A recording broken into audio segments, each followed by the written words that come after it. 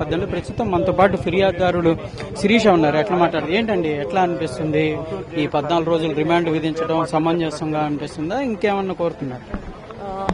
First of all నేను న్యాయదేవతకు ధన్యవాదాలు తెలియజేసుకుంటున్నానండి. అలాగే న్యాయమూర్తులకు కూడా నేను ధన్యవాదాలు తెలియజేసుకుంటున్నాను. ఏదైతే మేము గత 5 సంవత్సరాల్లో కూడాను న్యాయస్థానాలు న్యాయమూర్తులను నమ్ముకున్నాము, ఇప్పుడు కూడాను గౌరవ హోమ్ మినిస్టర్ గారికి కూడా నేను ధన్యవాదాలు తెలియజేసుకుంటున్నాను.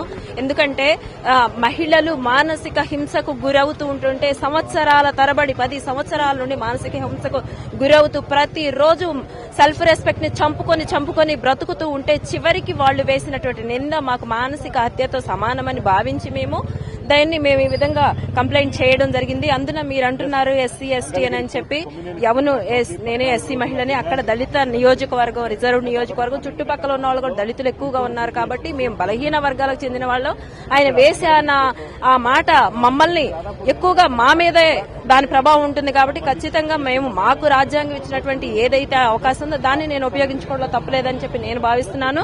అలాగే ఈ రిమాండ్ ఇది మాత్రమే కాదు, కృష్ణరాజు గారిని తీసుకురావాలి, ఇంకొకటి సాక్షి యాజమాన్య భారతీరెడ్డి గారి అండ్ జగన్మోహన్ రెడ్డి గారి మీద కూడా చర్యలు తీసుకోవాలి, సాక్షి ఛానల్ ప్రింట్ అండ్ ఎలక్ట్రానిక్ మీడియాని బ్యాన్ చేయాలండి. అప్పుడు నాకు పూర్తిగా న్యాయం జరిగినట్టు మా మహిళలకి. అలాగే సజ్జల రామకృష్ణారెడ్డి గారు నిన్న సంకర జాతి, అది ఇంకా ప్రమాదకరమైన వర్డ్. అలాంటి వర్డ్స్ ఇప్పటికీ కూడా ఇంకా వాళ్ళు మాట్లాడుతున్నారు. ఈ ఆర్గనైజింగ్ ఎవరైతే ఇది ఆర్గనైజ్ చేస్తున్నారో వాళ్ల మీద ఖచ్చితంగా ఈ టీం మొత్తం మీద చర్యలు తీసుకోవాలని చెప్పి ముందు వెళ్లే దాంట్లో కూడా ఖచ్చితంగా ఎవరైనా ఒక మాట ఆడబిడ్డనంటే భయపడే విధంగా చర్యలు ఉండాలని చెప్పి నేను కోరుకుంటున్నాను. పొద్దున వీడియో కూడా రిలీజ్ చేశారు కృష్ణరాజు, ఎట్లా చూడొచ్చు? అది వాళ్ళకి ఏ విధంగా కూడా భయం లేదు, ఏ మాత్రం నిస్సిగ్గుగా వ్యవహరిస్తున్నారు. ఏం జరిగినా మేము ఏం చేసినా చెల్లుబాటు అవుతుంది అన్న విధంగా వ్యవహరిస్తున్నారు అనడానికి అది ఉదాహరణ. వీళ్ళ వెనక బలమైన వ్యక్తులు జగన్మోహన్ రెడ్డి అండ్ భారతి గారు ఉన్నారనడానికి అది ఒక నిదర్శనం. రోహిత్, ప్రధానంగా మొత్తంగా కేసుకు సంబంధించినటువంటి అంశంలో కంపల్సరిగా ప్రస్తుతానికైతే న్యాయం జరిగింది. కాకపోతే కృష్ణరాజును కూడా అరెస్టు చేయాలనే విధంగా కూడా ఎవరైతే ఫిర్యాదుదారుని ఉందో ఆ శిరీష కూడా, ఖమ్మంపాటి శిరీష కూడా క్లియర్ గా కోరుతున్నారు. ఇప్పటికీ కూడా ఎవరైతే ఈ వ్యాఖ్యల్ని సమర్థిస్తున్నటువంటి వాళ్ళందరిపై కూడా చర్యలు తీసుకోవాలనే విధంగా కూడా వాళ్ళ డిమాండ్ కనిపిస్తుంది. సంచలనం లేకిచ్చినటువంటి అమరావతి ప్రజలందరినీ కూడా, ఆంధ్ర రాష్ట్ర ప్రజలందరినీ కూడా, మహిళలను కూడా ఉద్దేశించి ఏదైతే స్టేట్మెంట్స్ ఇచ్చారో సాక్షి టీవీ లైవ్ షోలో ఇచ్చినటువంటి దాని మీద కేసు మరి ఖమ్మంపాటి శిరీష గారు ఫిర్యాదు చేస్తే ఆ ఫిర్యాదు మీద మరి ఇన్వెస్టిగేషన్ చేసి డీఎస్పీ స్థాయి అధికారి ఇన్వెస్టిగేషన్ చేసి ఫస్ట్ లైవ్ షో నిర్వహించినటువంటి కొమ్మినేని శ్రీనివాసరావు గారిని అరెస్ట్ చేయడం జరిగింది. దానికి సంబంధించి ఈ రోజు ఆయన రిమాండ్ చేయడం జరిగింది. అయితే ఆ రిమాండ్ రిపోర్ట్ ని మొత్తం కూడా మరి జడ్జి గారు మొత్తం కూడా పరిశీలించి 25 వరకు ఆయన్ని రిమాండ్ చేస్తూ కోర్టు వారు ఆదేశాలు ఇవ్వడం జరిగింది. అట్లాగే పోలీసు వారిని కూడా అతని కస్టడీలో తీసుకోమని చెప్పేసి కూడా ఆదేశాలు ఇవ్వడం జరిగింది. అసలు దీనికి సంబంధించి పూర్వపరాపాలు కూడా మొత్తం కూడా ఇన్వెస్టిగేషన్ రూపంలోనే కాకుండా ప్రజలు అందరూ కూడా లైవ్ షో చూసి ఎంత బాధపడ్డారో దానికి అనుగుణంగానే మరి ఎవరైతే ఫిర్యాదుదారున్నారో ముందుకు వచ్చేసి ఒక మహిళగా ఈ రోజు ప్రజల తరపున నిలబడేటువంటి విధానం ఏదైతే ఉందో అందరూ హర్షించాల్సిన విషయం. మేము ప్రధానంగా ఒకటే కోరుతున్నాం, మా హైకోర్టు ఎక్కడుందండి? అమరావతిలో ఉంది. రాజ్భవన్ ఎక్కడుంది? అమరావతి ఏరియాలో ఉంది. ఈ మంగళగిరి కోర్టు ఎక్కడుంది? అమరావతి ఏరియాలో ఉంది. అసెంబ్లీ ఎక్కడుంది? అమరావతి ఏరియాలో ఉంది. మరి సెక్రటరియట్ ఎక్కడుంది? అమరావతి ఏరియాలో ఉంది.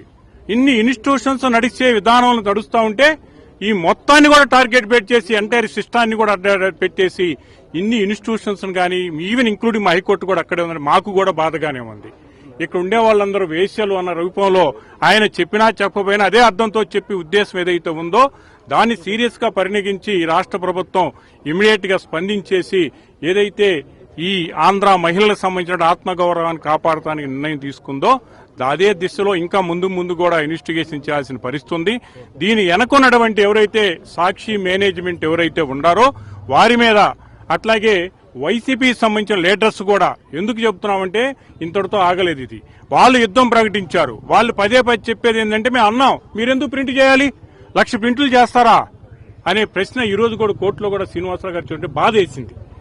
మేము అక్కడ జరిగిందండి, జరిగితే ఏంటి 1,00,000 ప్రింట్లు మీరు ప్రింట్ చేస్తారా అనే పదం వాడటం అనేది అంటే మరి బాధపడ్డప్పుడు మీరు అన్నమాట విషయం మీరు రియలైజేషన్ అవ్వట్లేదు.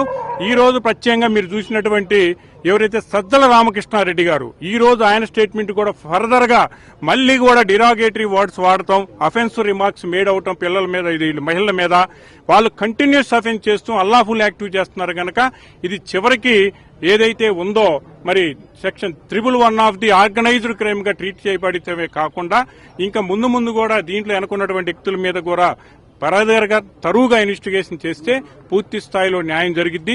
ఓన్లీ వాళ్ళ టార్గెట్ అమరావతి క్యాపిటల్ సిటీ ఏదైతే ఉందో, అమరావతి రీజన్ ఏదైతే ఉందో దాన్ని గతంలో 2014 నుంచి వాళ్ళు విషం జమ్మి అనేక రూపాల్లో, ఇప్పుడే కాదు అనేక రూపాల్లో కూడా 2014 నుంచి ఇప్పటి వరకు 11 సంవత్సరాల వరకు వాళ్ళు విషం జమ్మారో అదే పందాలో అదే క్యాంపెయిన్ చేస్తూ దానికే ముందుకు పోతూ ఈ విధంగా చేసినటువంటి విధానం ఏదైతే ఉందో డెఫినెట్ గా ఆర్గనైజ్డ్ క్రైమ్ కూడా మేడౌట్ అవుతుంది. ఈ విధంగా కూడా మేము దీన్ని ముందు కూడా ఫైట్ చేయడానికి కూడా సిద్ధంగా ఉన్నాయని కూడా తెలియజేస్తున్నాం.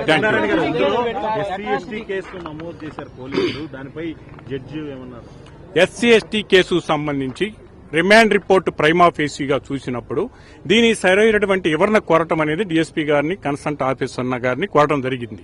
అయితే దాంట్లో రిమాండ్ రిపోర్టులోనే స్పష్టంగా మరి అదైతే జడ్జి గారికి రాతపూర్వకంగా ఆయనకు వచ్చినటువంటి గౌరవమైనటువంటి జడ్జి గారు ఇచ్చినటువంటి ఆదేశాలను పాటిస్తూ దానికి సరైనటువంటి ఆన్సర్ ఇవ్వాల్సినటువంటి ఆవశ్యకత ఉంటుంది. ఎందుకంటే ఇప్పటి వరకు పేర్కొన్న జడ్జిమెంట్స్ ఈ రూపంలో ఒక జనరల్ గా జరిగినటువంటి ఒక ఎస్సీలు ఉంటారు, అక్కడ అన్ని కులాలు ఉంటారు, మరి మెజార్టీ పీపుల్ కులాలు కూడా అక్కడ ఎస్సీలే ఉన్నారు కనుక అమరావతి ఏరియా ఇవన్నీ దృష్టిలో పెట్టుకుని స్పష్టంగా కూడా రిమాండ్ రిపోర్ట్లో ఆయన ఎక్స్ప్లెయిన్ చేయడం జరిగింది. ఆ ఎక్స్ప్లెయిన్ చేసిన దాన్ని పునరావృతం చేసి మళ్ళీ ఎక్స్ప్లెయిన్ చేసేటువంటి అవకాశం ఉంటుంది.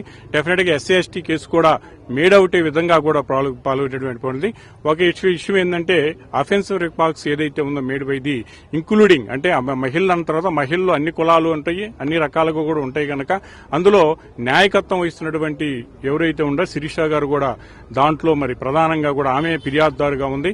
డెఫినెట్ గా అక్కడ మహిళా తల్లులందరూ ఎఫెక్ట్ అయినప్పుడు మరి ఎస్సీలు కూడా మహిళలు ఉన్నారు కదా కనుక ఆ దిశలో కూడా ఎక్స్ప్లెనేషన్ ఇచ్చేటువంటి అవకాశం ఉంది. రేపు కోర్టు వారు దాని మీద ఏ నిర్ణయం తీసుకుంటారో కోర్టు యొక్క పరిధి, దాని గురించి మేము కామెంట్ చేయగలం. 24/6/25 వరకు కస్టడీ ఇచ్చారండి. గుంటూరు జైలుకి అది వాళ్ళు నిర్ణయం ఇస్తారు ప్రెసిడెంట్. ఓకే, ప్రధానంగా కూడా లాయర్లు అయితే క్లియర్ గా ఈ అంశం పైన చెప్తున్నారు. ఏదైతే ఇంప్లిమెంటేషన్ చేసినటువంటి చట్టానికి సంబంధించినటువంటి ప్రతి సెక్షన్ కూడా క్లియర్ గా జడ్జి ముందు రిమాండ్ రిపోర్ట్ లో పేర్కొనడం జరిగింది. వాటన్నిటిని కూడా పూర్తి స్థాయిలో పరిశీలించిన తర్వాత దీనికి సంబంధించి కూడా కేసుకు సంబంధించినటువంటి అంశాలను కూడా క్లియర్ గా కూడా చెప్పడం పరిస్థితి ఉందనే విధంగా కూడా చెప్తున్నటువంటి పరిస్థితి ఉంది. మొత్తం 14 రోజులు రిమాండ్ విధించినటువంటి